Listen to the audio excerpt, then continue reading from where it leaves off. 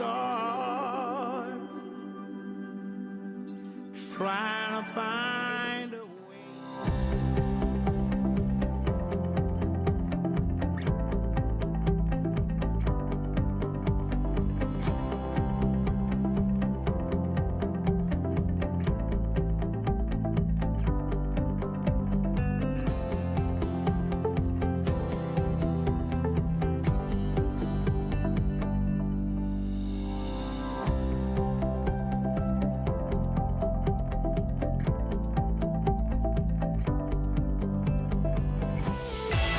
La mejor experiencia académica la encuentras en Flaxo Ecuador. Postula para el Doctorado en Desarrollo Territorial 2019-2022. El objetivo de este programa es formar académicos que contribuyan al desarrollo territorial, desde una perspectiva integradora de economía, sociedad y ambiente. Inscripciones abiertas hasta el 3 de mayo de 2019. Pregunta por las becas de estipendio, asistencia financiera y crédito educativo. Más información en www.flaxo.edu.es. Antropología en 35 milímetros. Exposición con varios enfoques.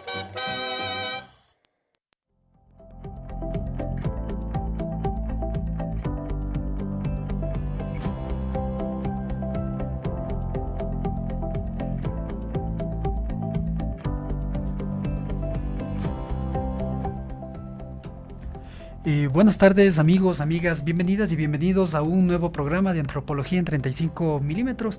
Es un gusto contar este momento ya con nuestro invitado, que es Eduardo Jiménez. Con él vamos a hablar un poco sobre temas de coyuntura y sobre todo alrededor de las elecciones del pasado 24 de marzo. Antes de entrar en materia, quiero hablar brevemente sobre lo que se celebra el día de hoy. Hoy, 2 de abril, se celebra el Día Mundial de la Concienciación sobre el Autismo, declarada por la Asamblea General de Naciones Unidas para poner de relieve la necesidad de contribuir a mejorar la calidad de vida de las personas con autismo. Se estima que, según datos de la Organización Mundial de la Salud, 1 de cada 160 niños tiene autismo. El autismo es considerado como un trastorno de espectro autista que se refiere a una amplia gama de afecciones caracterizadas por desafíos con habilidades sociales, comportamientos repetitivos, habla y comunicación no verbal. Creo que es sumamente importante que de alguna forma entendamos las condiciones de salud, las condiciones psíquicas, las condiciones de vida que sufren y que tienen las personas con autismo. Por eso es absolutamente necesario que concienticemos y sobre todo hagamos un llamado a todas las personas a que nos respetemos y respetemos también las condiciones de las otras personas. Aquí hay un mensaje que me habían pasado por redes sociales y me pareció muy pertinente. Y es que el autismo no es un error de procesamiento, es un sistema operativo diferente, y ser diferente te hace único o especial. Con esto quiero mandar un saludo muy especial a una amiga, Carla Oleas. Ella me había de hecho mandado este mensaje, así es que un saludo y un abrazo a la distancia. Con esto quiero pasar ya al tema que nos convoca el día de hoy, no sin antes recordarles que ustedes pueden seguirnos a través de www.flaxoradio.es y por supuesto también llegamos a ustedes a través de nuestra página de Facebook como Flaxo Radio, y estamos siendo también retransmitidos por Signo Comunicación Visual. El día de hoy, como les dije, estamos con un invitado, un amigo de muchos años en lo personal, con Eduardo Jiménez. Él es licenciado de Comunicación Social por la Universidad Central. También fue y es maestro de Comunicación y Opinión Pública por la Facultad Latinoamericana de Ciencias Sociales y actualmente es doctorante del programa de Ciencia Política, de aquí también de la facultad. Bienvenido, Eduardo, ¿cómo estás? Qué gusto tenerte aquí. Bueno, muchísimas gracias a todos los que nos ven, a todos los que nos escuchan, y gracias a ti, Andrés, y al equipo por esta cordial invitación. Yo presto siempre a dar un punto de vista. No, muchísimas gracias también por acudir a nuestro llamado y sobre todo a nuestro interés para poder tratar temas que son que están en este momento fresquitos, ¿no? No ha pasado más allá de una semana de lo que fueron las elecciones seccionales, y estas elecciones han traído algunos cambios, algunas configuraciones nuevas dentro del mapa y del escenario político. Pero antes de eso, previamente tú me habías comentado que habían trabajado sobre una investigación desde su programa de doctorado en relación a las propuestas que habían hecho los candidatos para llegar pues a las distintas dignidades que como concejalías, alcaldías, prefecturas. Entonces quiero que me cuentes un poco cómo está configurada esta investigación, qué resultados ustedes han encontrado en este proceso. Ya, claro, bueno, esta es una breve investigación que se hizo acá en la universidad. Obviamente, digamos, una investigación que quería yo dar a conocer después de que pasen las elecciones, justamente porque me interesaba enfocarme más en temas que vayan más allá del voto, sino quería ver la calidad de los mensajes que publican. Esta pequeña investigación que hice para una materia, un poco quería explicarle al público. Primero usé una regla aleatoria sistemática, es decir, una especie de muestra básica, si se quiere. Cogí 9 capitales provinciales a través de una regla sistemática, es decir, aleatoriamente, al azar, digámoslo así, para que nos entiendan quienes nos están siguiendo esta entrevista. Esta investigación que hice, me salieron 9 capitales provinciales, entre ellas está Esmeraldas, Orellana, Latacunga, Santo Domingo, Puerto Baquerizo Moreno, Azogues, Loja, Guayaquil y Quito. Una vez que conseguí esta muestra aleatoria al azar de estas capitales provinciales, procedí a analizar los candidatos. Traté de evitar que no exista un sesgo en cuanto a la equidad de género, entonces cogí candidatos para la alcaldía. Esta investigación se centra en candidatos a las alcaldías y evité el sesgo de género, intenté que este sesgo se elimine y cogí lo que son hombres y mujeres. ¿Sí? Esta investigación fue hecha 2 semanas en febrero, del 11 al 25 de febrero, y los siguientes candidatos que salieron fue Teresa Yepes, de Esmeraldas, Bolívar Mieles, de Orellana, Mélida Molina en Latacunga, Wilson Erazo en Santo Domingo, Rolando Caiz en Galápagos, Virgilio Saquicela en lo que es Cañar, Nivea Vélez en Loja, Cintia Viter en Guayaquil y Paco Moncayo en Quito. Una vez que a través de esta regla aleatoria conseguí al azar, digamos, estos candidatos para analizar, me encontré con una primera sorpresa, ¿no? Que es digno de reflexionar, que no todos tienen lo que son Instagram, páginas web o Twitter. Sí, la mitad de estos candidatos no contaba con Twitter, entonces la herramienta en la cual observé este fenómeno fue a través de Facebook. Fue la única herramienta, digamos, que todos los candidatos tenían, ¿no? Es un dato que traigo a colación. Y procedí a analizar en sus cuentas de Facebook en estas 2 semanas qué tipo de contenidos publicaban. Es súper importante eso, yo dividí en 2 grupos.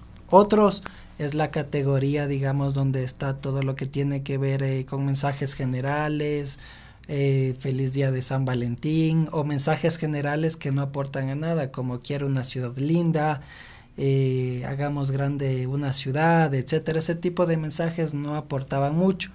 Y quería analizar también en cuanto a los mensajes, digamos, específicos, si van a hacer un hospital en tal lado o si lo que están proponiendo está dentro de sus competencias. Ese era un poco el objetivo de esta investigación, conocer realmente qué tipo de mensajes están difundiendo, y la herramienta que utilizamos fue Facebook. Antes de analizar los resultados, quise comparar con los 17 Objetivos de Desarrollo Sostenible de la ONU, que es para todo el mundo. Hubo un informe interesante que sacó Naciones Unidas para Ecuador, en donde analizaba cada objetivo de desarrollo sostenible, cómo puede ser aplicado a nivel cantonal. Y estaba haciendo una campaña en esta época electoral para que los candidatos se adhieran a esta propuesta y que sean mensajes que sirvan o que estén sintonizados con las necesidades de la gente, y que no sean propuestas que no son de sus competencias, o que sean propuestas como lo que digo, quiero una ciudad limpia, pero eso a la vez no dice nada, ¿no? Era un poco conocer eso. Aquí nada más un pequeño dato para que la ciudadanía esté al tanto. El artículo 112 de la Constitución indica que todo candidato debe presentar una propuesta, y el artículo 97 de la Ley Orgánica Electoral y de Organizaciones Políticas establece presentar un plan con 4 contenidos. Entonces voy empatando. Por un lado, quería ver qué candidatos se adhieren a esta propuesta de las Naciones Unidas. Por otro lado, si presentan un plan de campaña. Y por otro lado, qué publican en Facebook. Y luego voy a empatar estas tres variables si es que llegan a darse. Entonces, para que conozca la ciudadanía, un plan en el Ecuador de campaña debe tener 4 ejes. Un diagnóstico, es decir, cómo está la situación actual, desde dónde parte, objetivos, un plan de trabajo y una rendición de cuentas. Eso, digamos, en resumen, el plan de campaña de los candidatos. En teoría, lo que deben presentar y con lo cual deben postular para una candidatura. ¿Se cumple esto? Ya. En la práctica. A ver, aquí tengo los datos para... de esta investigación que se hizo en cuanto al plan presentado al CNE, todos los candidatos cumplieron. El corte de esta investigación fue el 6 de marzo. Hasta esa fecha todos los candidatos seleccionados por esta regla aleatoria cumplieron con esto. Ahí vale destacar que los planes de campaña no tenían un formato específico, en el sentido de que algunos presentaban 200 hojas, otros 5. Esa, digamos, sería una primera observación. En cuanto a si se adherieron a lo que es al Pacto Local de los Objetivos de Desarrollo Sostenible, ninguno de los candidatos hasta esta fecha firmó el pacto. Sin embargo, hubieron 6 provincias en donde sí otros candidatos que no entraron en la muestra sí firmaron el pacto, lo cual ya da un poco un mensaje, ¿no?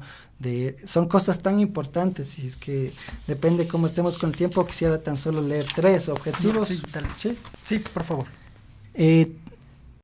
Este informe de las Naciones Unidas saca básicamente qué específicamente puede hacer un alcalde con cada uno de los 17 objetivos del desarrollo sostenible.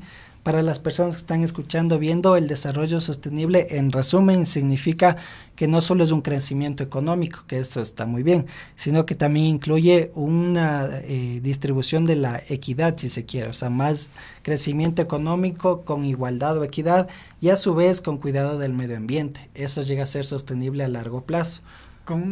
O sea, ¿se incluye también la redistribución de la riqueza dentro de ese aspecto? Dentro de, digamos, el tema de desigualdad, el tema del coeficiente de Gini, el tema de la equidad, está involucrado, porque una cosa es crecimiento económico, que es PIB per cápita, balanza de pagos, etcétera, y otra cosa es el desarrollo sostenible, es decir, que sea en el tiempo, porque nada sirve un país que tenga un crecimiento económico impresionante y una desigualdad súper disparatada. Entonces, este desarrollo sostenible, digamos, lo maneja las Naciones Unidas para todo el mundo, para todos los países. Tan solo, si me permites, tengo 3 objetivos que los había separado, que me parece importante traer acá a colación para quienes nos ven y nos escuchan. El objetivo 2, por ejemplo, dice hambre cero. Y decía, ¿cómo los alcaldes pueden contribuir al hambre cero? Bueno, una de las formas es reforzando los mercados. Hay una investigación bien interesante de un estudiante doctoral de Europa, desconozco si está haciendo acá en Ecuador, pero es un informe bien interesante que está analizando los mercados en Quito. Y veía que es una alianza campo-ciudad impresionante. Por ejemplo, en este informe de un colega doctorante de Europa decía que en Quito hay 12,000 trabajadores en este mundo del mercado. Existen aproximadamente 56 mercados y ferias en Quito y como 2,600 fruterías y verdulerías y cadenas en Quito. Son 12,000 personas que trabajan cargadores, desgranadoras, ayudantes de bodega. Entonces, este objetivo se empata en reforzar el mercado, ¿no? Entonces, hay algo súper concreto que desde los cantones, desde los municipios pueden hacer. Y es una competencia de ellos, ¿no? Por supuesto, la administración de todos estos espacios. Exactamente. Otro objetivo es agua limpia y saneamiento. Por ejemplo, hay los municipios que están más al campo rural. Ellos pueden ver cómo pueden reducir los largos trayectos que la gente camina para llegar a una fuente de agua. No es como acá en Quito que abrimos las llaves y ya cae. Hay muchos cantones donde es impresionante eso, ¿no? Entonces, son cositas que este informe era muy importante, cómo las propuestas de los candidatos pueden empatarse con las necesidades. Por ejemplo, si un cantón el 10% no tiene agua, pues deberían haber enfocado que su plan esté enmarcado a esa realidad, a esas necesidades, ¿no? Eso es importante. Bueno, el último, que era el objetivo 9, que es tema de industria, innovación, infraestructura. Por ejemplo, el PIB per cápita provincial manufacturero del Guayas representa el 22%, mientras que el de la provincia de Bolívar el 2%. Entonces hay una disparidad enorme, ¿no? Y pueden potenciar el tema de las organizaciones de economía popular y solidaria. Eso, digamos, es un poco el contexto que estábamos investigando con un marco para ver las necesidades de los cantones y cómo se van empatando poco a poco estos planes de campaña. Ya, estas serían como las necesidades que tienen los gobiernos, los territorios locales, ¿no es cierto? Pero en términos de propuestas, en función del análisis que ustedes realizaron, ¿cuántos de esas propuestas recogen estas necesidades que de alguna forma también están contempladas en los Objetivos de Desarrollo Sostenible y en la Agenda 2030? ¿Cuántos de estos alcaldes, candidatos, pues de alguna forma aterrizaron estos contenidos para manejar su campaña? Sí. Bueno, los resultados que arrojaron, bueno, aquí una aclaración, esta es una investigación, digamos, que hice no a nombre de Flaxo, por si acaso, sino es una investigación personal. Sí, los resultados fueron los siguientes. Los 3 candidatos que más promocionaron temas vinculados a política pública o a un plan de campaña afín con las necesidades de cada cantón fue Paco Moncayo, que sacó el 55%, Cintia Viteri con el 36% y Teresa Yepes, que era candidata en Esmeraldas, con el 33%. Es decir, aproximadamente en Quito, 5 de cada 10 mensajes en Facebook del candidato Paco Moncayo estaban vinculados a un plan de campaña o a una política pública relacionada con las necesidades de la gente. El resto de los 5 mensajes restantes estaban más vinculados a temas de Feliz Día de San Valentín, etcétera. En el caso de Guayaquil, 4 de cada 10 mensajes estaban vinculados a un plan. En el caso de Santo Domingo, Galápagos, Esmeraldas y Orellana eran 3 de cada 10 mensajes, y las últimas provincias, que es Loja, Sogues y Latacunga, tuvieron como resultado 2 de cada 10 mensajes estaban vinculados a un plan de campaña. El resto eran temas generales, como aquí anoté algunos. Por ejemplo, eran mensajes como, por ejemplo, conciertos por el Día del Amor y la Amistad. Nada relevante con las necesidades y las urgencias que tienen las ciudades. Sí, por ejemplo, había uno que decía, publicaban concurso de coreografía con premios, jornadas de belleza y cosmetología, sorteo de premios. Uno que me llamó la atención, invitación a jornadas odontológicas gratuitas. Entonces, digamos, todo un mundo, o sea, la forma, ¿no?, del quehacer político, ¿no? Esos eran como los mensajes que iban en la categoría de otros, ¿no? Entonces, básicamente se puede ver en los resultados que el más alto es el 50%, pero no es que es tan elevado a comparación, ¿no? Casi todos van de ahí para abajo, ¿no? Esa es un poco la... Y de todos estos actores que tú investigaste, veo, bueno, visiblemente el capital simbólico que tiene Cintia Viteri y Paco Moncayo es evidente en relación a los otros candidatos. De estos candidatos que has investigado, Cintia Viteri es la única que llegó a la alcaldía. Sí, justamente para la entrevista de hoy me permití ayer en la noche revisar los resultados del Consejo Nacional Electoral para ver de los que salieron en esta muestra aleatoria, o en esta regla aleatoria básica, más bien dicho, cuáles entraron y cuáles no. De los 9 que analicé, entraron 2, que fue Cintia Viteri con 714.369 votos, y fue Wilson Erazo de Santo Domingo con 69.900 votos. El resto de candidatos están entre el segundo al 10º lugar. Entonces, de estos 9, 2 entraron. Ellos fueron, digamos, los 2 que entraron. En el caso de Paco Moncayo, que fue para cierta opinión pública una sorpresa, ¿no? Que quedó en tercer lugar con 246.142 votos, ¿no?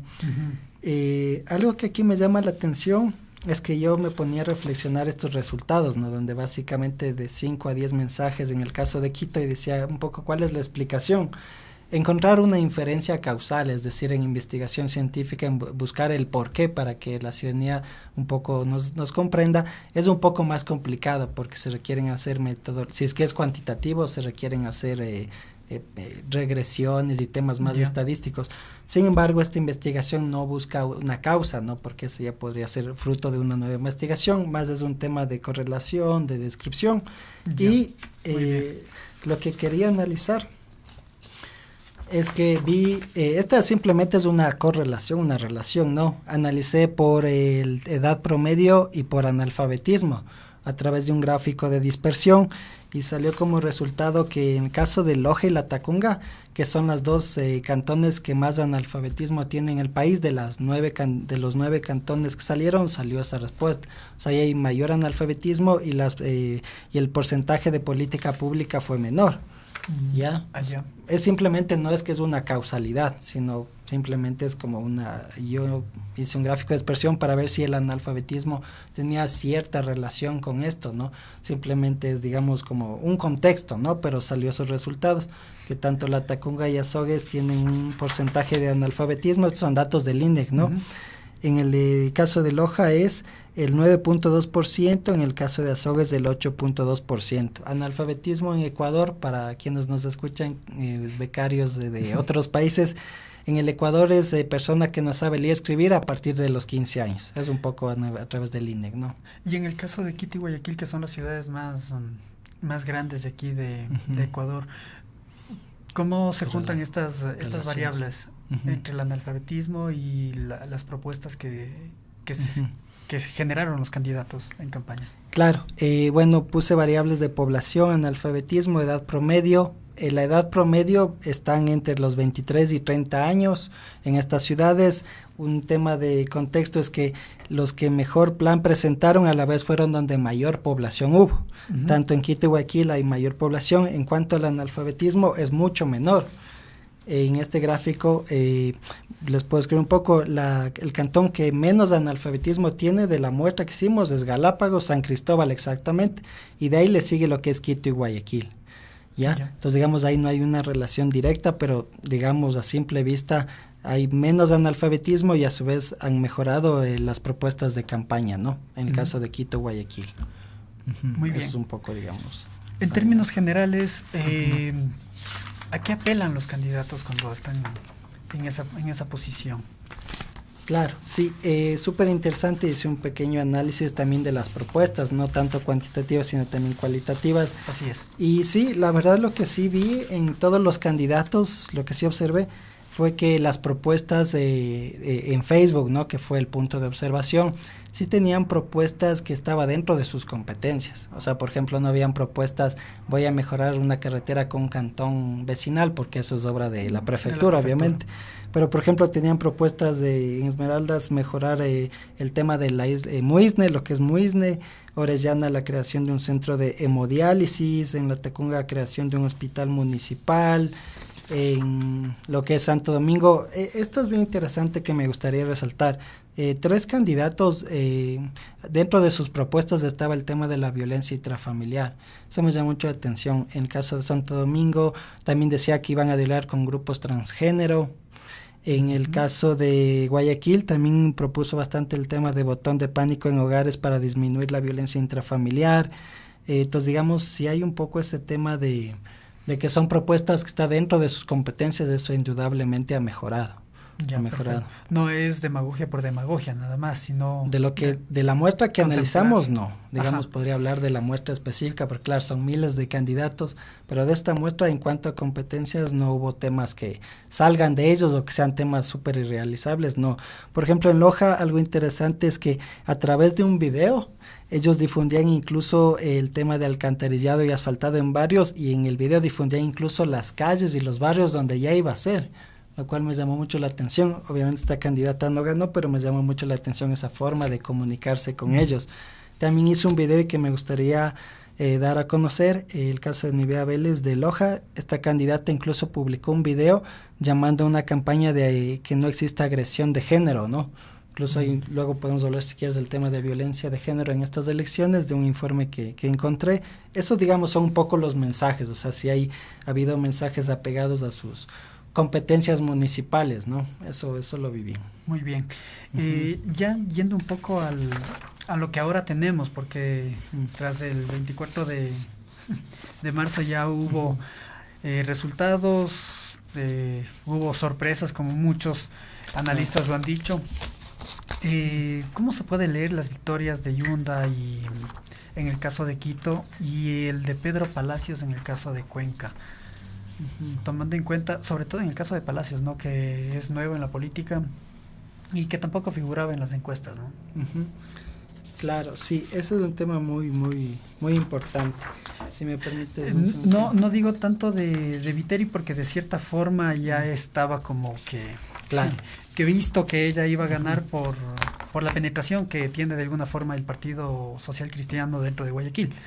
Entonces, en el caso de Yunda y Palacios, que están en Quito y Cuenca respectivamente, porque son las ciudades más grandes luego de Guayaquil a nivel poblacional.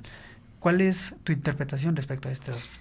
Sí, justamente, a ver, serían dos ejes, ¿no? Que yo lo analizo. Ya mucha gente ha conversado este tema en distintos espacios y medios de comunicación, etcétera, pero quisiera aclarar dos temas.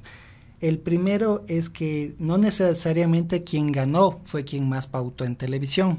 Ese, digamos, sería un primer mensaje, ¿no? Un informe de Corporación Participación Ciudadana que está disponible para todo público. Ahí hacen un monitoreo de cuántos spots publican en televisión candidatos. Analizaron a lo que es de Quito y Guayaquil. En el caso de Quito, para responder la pregunta, por ejemplo, Jorge Yunda analizaron a 16 candidatos toda la campaña. Y Jorge Yunda se ubica en el puesto 12, es decir, pautó 17 spots en la campaña. Pero, por ejemplo, Paco Moncayo pautó 168 spots en televisión. Entonces, ese es un primer mensaje. Tanto, 10 veces más casi. Y esta variable se repite, por ejemplo, en Guayaquil, digamos, solo para poner al contexto de quienes nos escuchan y nos miran por redes sociales. Cintia Viteri está en el séptimo, de 13 candidatos que hicieron la muestra, Cintia Viteri está en el séptimo lugar, es decir, pautó 18 spots. Y por ejemplo, Octavio Suárez pautó 146 spots.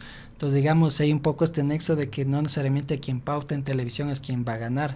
Como podemos ver, respondiendo al tema de Quito, Yunda eso lo tuvo súper claro y esa sería, digamos, una primera respuesta. En el caso de Cuenca, igual analizaron a 2 candidatos, no estaba ahí este outsider, si se quiere, igual, pero él tampoco había pautado demasiado. Entonces, ese es un primer mensaje, ¿no? El tema de que no siempre que quien pauta va siempre a ganar, sino más tiene que ver con una comunicación personal y que el discurso esté apegado a la realidad de cada cantón. Esto, por ejemplo, citando a un autor en ciencia política, se llama Lenchner. Él decía que existe una ausencia de códigos interpretativos de la nueva realidad. Es decir, existe una erosión de mapas políticos, ¿ya?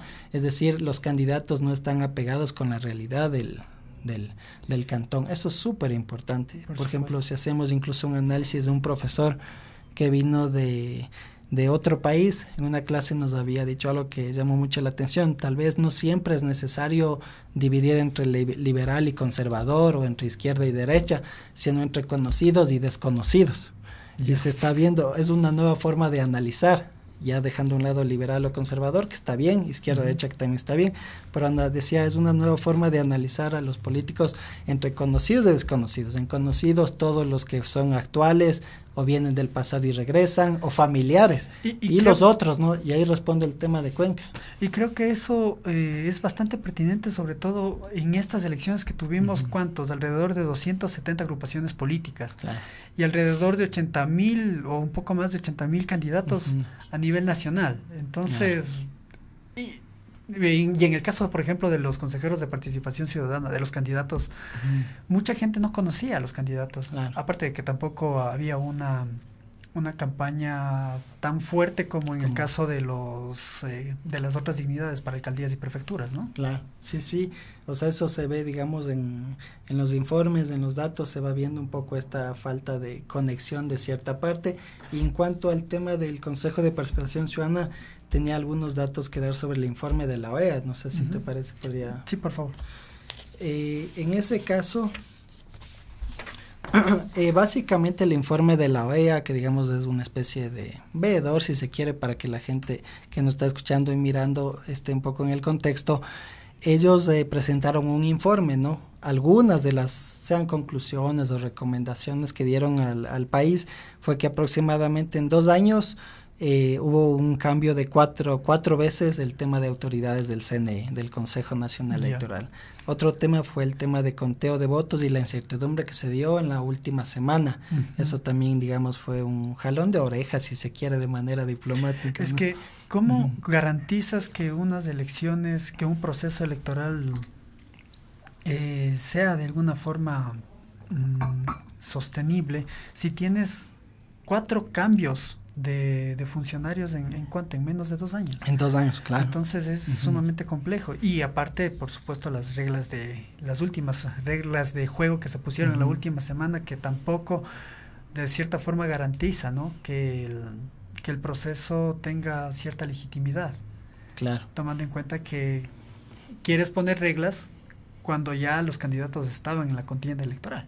Claro. Sí, eso, por ejemplo, otro tema que puso lo que es la Organización de Estados Americanos, OEA, fue que hizo un llamado porque ciertas autoridades o candidatos políticos hicieron campaña por el nulo en medio del silencio electoral.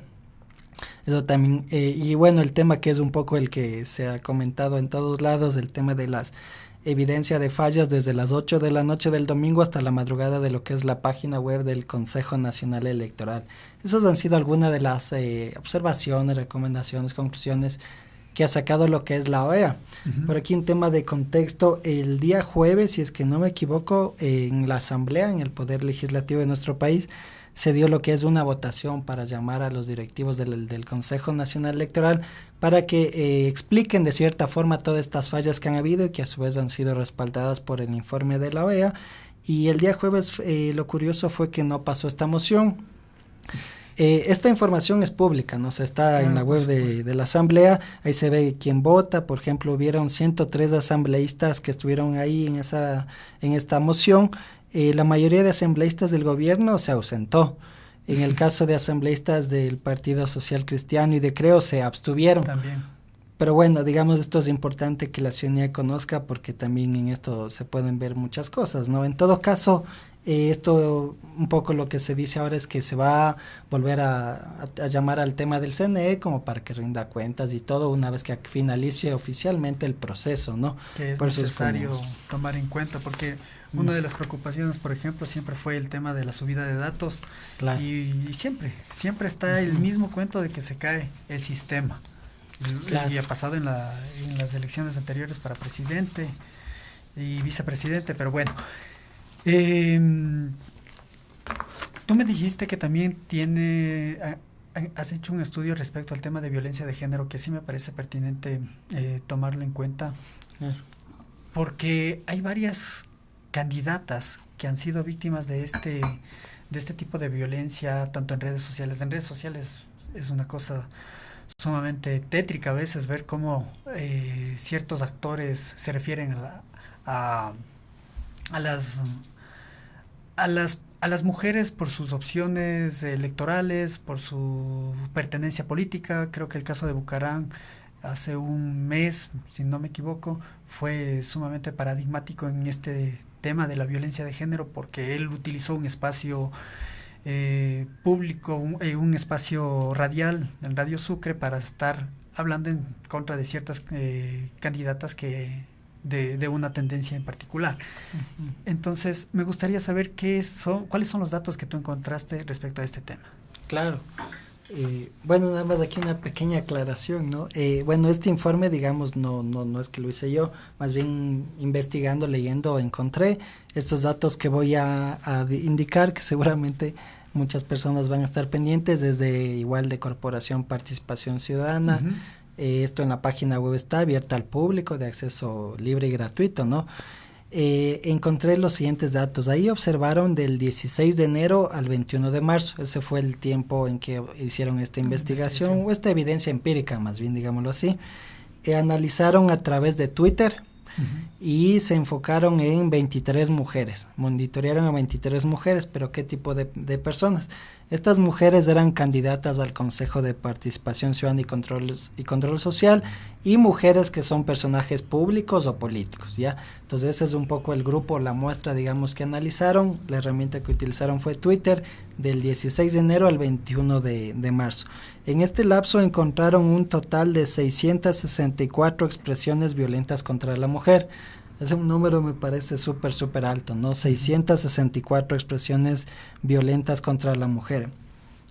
Las principales expresiones más utilizadas, si me permites leer, en primer lugar está abortera, esta se usó 47 veces, luego sigue Basura Negra, 43, Sinvergüenza, 25 veces, Botox, 17 veces, Vieja, 14 veces, Corrupta, 13 veces y la palabra asco, 11 veces.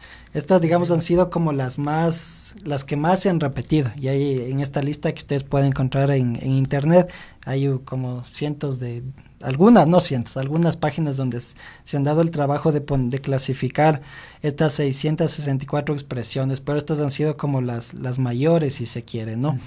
Y de estas 664 expresiones violentas lo habían dividido en grupos, ¿no? Aproximadamente de estas, el 68% está vinculado a desvalorizar el rol de la mujer. De ahí el 21% está referido a su apariencia, que es un poco lo que tú nos habías comentado. El 7% está un poco en la violencia del tema del rol de género, y el 4% un poco orientada a la cosificación de la mujer. Eso, digamos, han sido un poco los resultados. Y lo que leía este informe ayer era que también no solo se expresan a través de las palabras, sino que incluso se han dado el trabajo de hacer memes o emoticones, o incluso había, creo que 10, habían igual contabilizado, eran 10 videos también, me parece, eso no estoy tan seguro, pero digamos, esto es un poco lo que se encontró en este informe, y que me parece súper fuerte, al menos las palabras, y con el debido respeto de quienes nos escuchan, son algunas palabras un poco fuertes, ¿no? Y hasta se ve un tema del tema racismo, como esta de Basura Negra, 43 repeticiones. Es un tema fuerte, ¿no? Que es importante que también desde estos espacios se dé a conocer, ¿no?, lo que está pasando en estas redes sociales. Y esos temas del racismo y clasismo creo que han salido sobre todo tras la declaración de la ganancia de Yunda, ¿no? Que es también sumamente fuerte cómo se expresa la ciudadanía respecto a través de memes, a través de sus propios mensajes, sus posteos en Facebook, en Twitter, en WhatsApp también. Las cosas que se dicen han sido sumamente fuertes, como de cierta forma las personas se posicionan respecto a los otros y para desvalorizarlo. Pero ya volviendo al tema de la política, vemos que hay bastantes candidatos que ganaron con no más de 30 puntos. La mayoría, por ejemplo, en el caso de Yunda, tiene el 21.31%. En el caso, por ejemplo, de Cuenca, Pedro Palacios alcanza el 28%. En el caso de Napoleón Cadena, en Riobamba, el 22.88%.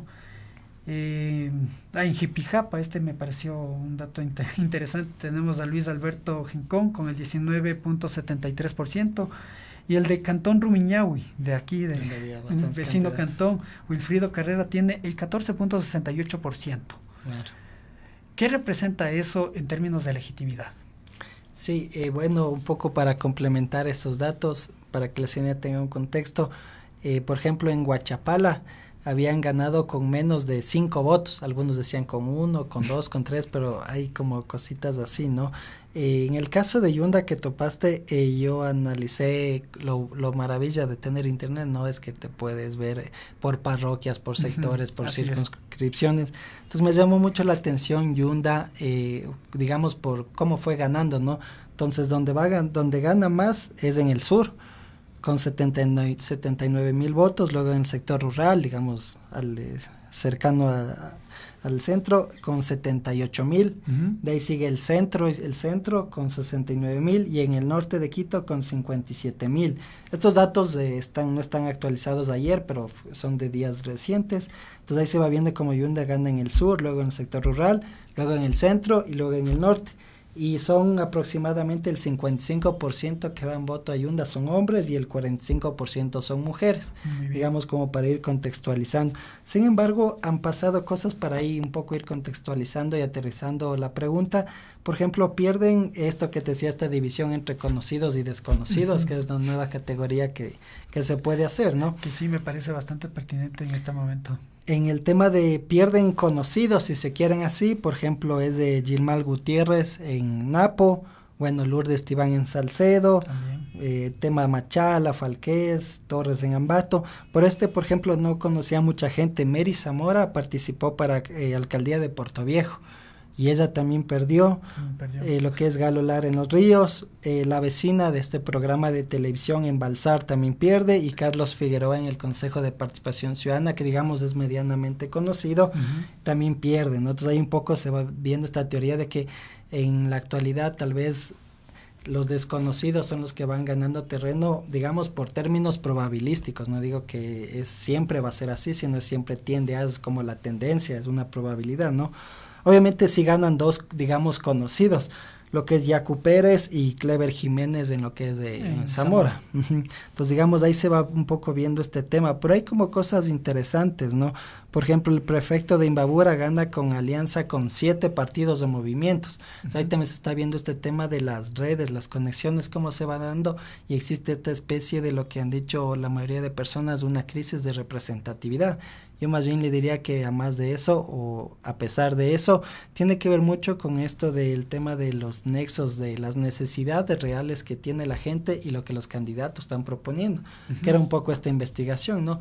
Que proponen cosas que es muy poco en base a las necesidades, a los deseos y a lo que la gente realmente quiere y necesita, ¿no? Eso se puede apegar un poco con la investigación que presentamos más adelante, que presentamos anteriormente, más bien dicho, ¿no? Que existe esta especie de falta de un nexo, digamos, ¿no? Como se puede ver también, como vimos en los datos, no siempre quien más pauta en televisión es quien gana las elecciones. Se ve eso, ¿no? Que es un poco más una comunicación de territorio, del cara a cara. Eso yo creo que, por ejemplo, dio el triunfo a otras personas que, digamos, no tenían ventajas menores, si se quiere, ¿no? De ahí, en cuanto a los candidatos, hay 9 candidatos aproximadamente. Obviamente estos datos, como tú sabes, día a día van cambiando los números, ¿no? Pero yo creo que la tendencia sí, ya está marcada. O sea, más digo tema de votos, no, más por el poquito, votos menos, claro. Ajá. Por ejemplo, 9 candidatos se quedaron sin asamblea y sin seccionales, es decir, dejaron la asamblea para candidatizarse en gobiernos subnacionales o gobiernos locales, como y el se caso quedaron de Fernando Torres, por ejemplo, que es muy paradigmático. Falqués también, ajá. Y 5 candidatos en cambio dejaron la asamblea y sí entraron. Está el nuevo alcalde de Quito, tenemos a Palacios en Baba, en Milagro, una concejal de Guayaquil, la prefecta de Esmeraldas. Entonces, Zambrano. digamos, sí, exactamente, Roberta Zambrana. Ajá. Uno que podría ser una pregunta interesante para analizar o investigar a futuro es el prefecto más votado, ¿no? Que es de Carchi, Guillermo Herrera. Él ganó con el 61%, eso se dice que 6 de cada 10 votaron por él. Eso sería como una pregunta súper interesante, analizar a futuro bajo qué condiciones, en qué circunstancias se da esto, ya que es el más votado y, digamos, tendría el mayor representatividad, ¿no?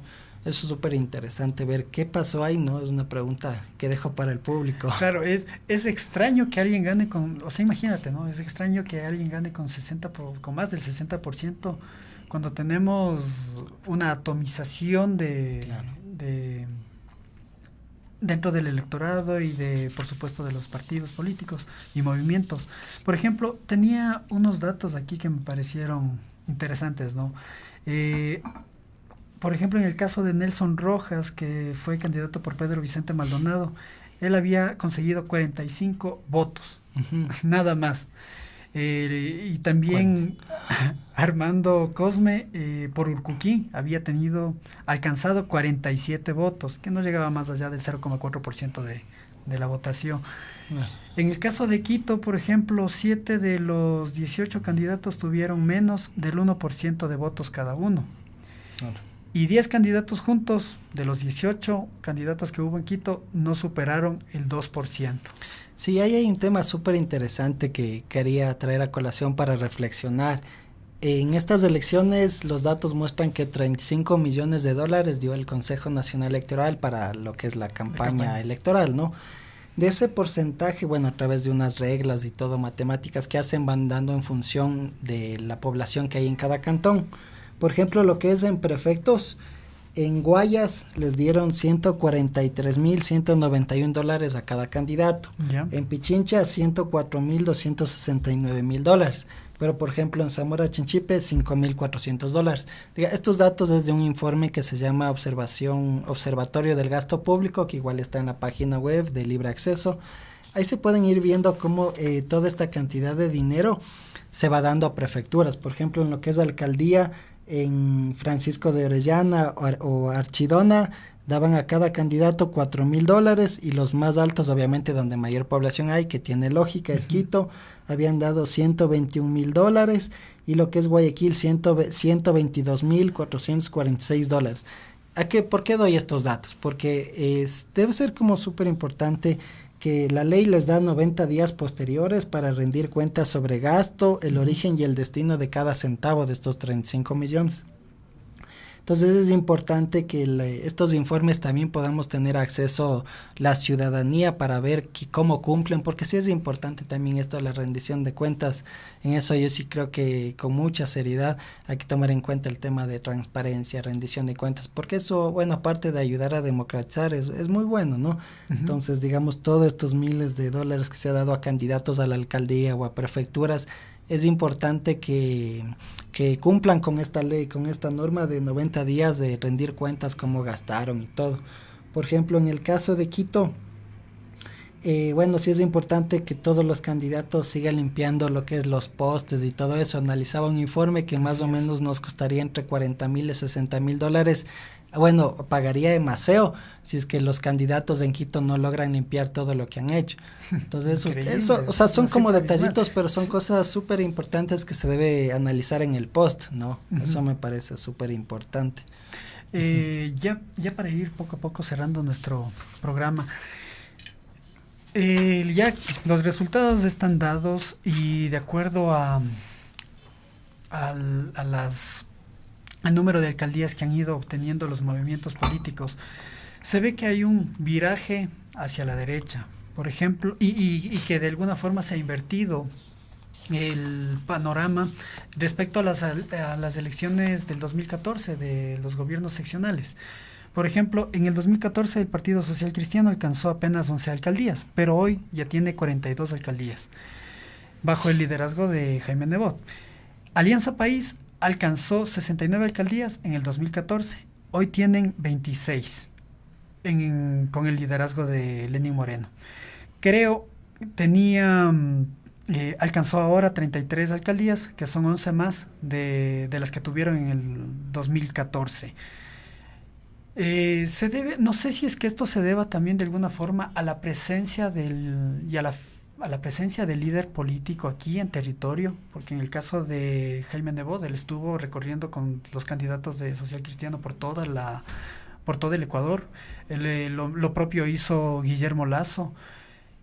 Y en el caso de, por ejemplo, de Alianza País, se fue perdiendo esa representatividad, obviamente a partir de la crisis que tuvieron con el fraccionamiento que hubo tras la división entre Moreno y Correa. No sé si es que la representatividad que alcanzan estos partidos políticos se debe a que aún hay la presencia del líder en el territorio versus lo que pasa en Alianza País y en el caso de Fuerza de Compromiso Social, que es ahora el partido político de Correa. A ver, un informe que me pasó una colega del doctorado que justamente analizaba esto. En eso ahí se mostraban datos en donde la ciudadanía vota más por liderazgos que por partidos políticos. Según un informe de Latinobarómetro, que es como una encuestadora a nivel de América Latina que siempre analiza el tema de democracia, si gobiernan para mayorías o para minorías, y que está abierta al público como Latinobarómetro. Ahí también incluso analizaban que muchas veces el tema más legitimado es la asamblea y los partidos políticos, y no solo aquí en Ecuador, sino en el mundo. Entonces, más bien la gente vota es por liderazgos, ¿ya? En este informe, que la verdad no recuerdo cómo se llamaba, pero me pasó una colega del doctorado, y que me parece que hoy va a haber una presentación igual de elecciones a las 5 de la tarde aquí en Flaxo. Se analizaba, por ejemplo, que todavía la gente vota por liderazgos, es decir, Compromiso Social, Rafael Correa, el tema de Social Cristiano, Jaime Nebot, etcétera, etcétera. Entonces todavía se vota por eso. en parte, digamos, una respuesta cercana, porque creo que tiene muchas causas, tiene que ver con esto de que los partidos están deslegitimados aquí y en todo lado. Entonces, tiene que ver mucho con eso, yo creo, la verdad. Muy bien. Gracias, Edu, por estar aquí en nuestro espacio, te agradezco muchísimo. La verdad, el tiempo es bastante corto para poder analizar todos los temas que tenemos, pero ha sido una conversación bastante amena y hemos de alguna forma tratado de abarcar lo más que se pueda. Estaremos nuevamente invitándote para seguir hablando sobre temas de ciencia política y por supuesto no olvides de pasarnos siempre tus investigaciones. ¿Puedo dar un mensaje final? Sí. Bueno, más que mensaje final, quería dejar como siempre en la academia una pregunta, ¿no? Para que la gente curiosee o simplemente se quede, ¿no? En la teoría política clásica, desde Platón hasta Aristóteles, pasando por Maquiavelo, Hobbes, etcétera, siempre se han planteado como uno de los mayores interrogantes, y este es el siguiente: ¿cómo establecer instituciones que puedan producir el mejor tipo de sociedad? ¿Ya? ¿Cómo establecer instituciones que puedan producir el mejor tipo de sociedad? ¿Esto es posible? Eso quería dejar. En una entrevista anterior, hace unas 3-4 semanas, con una profesora de aquí de Flaxo, decía que todo está dado aquí. Tenemos leyes para todo, hasta para la naturaleza, como dijo en ese entonces. Lo único que haría falta es cambiar de personas. Creo que esa podría ser la respuesta también al interrogante. Ahí le dejamos al público. No, muchas gracias. Muchísimas gracias por la invitación. Y gracias también a los oyentes que nos escuchan a través de Flaxo Radio, y estaremos con más entrevistas la próxima semana. Un abrazo. Gracias.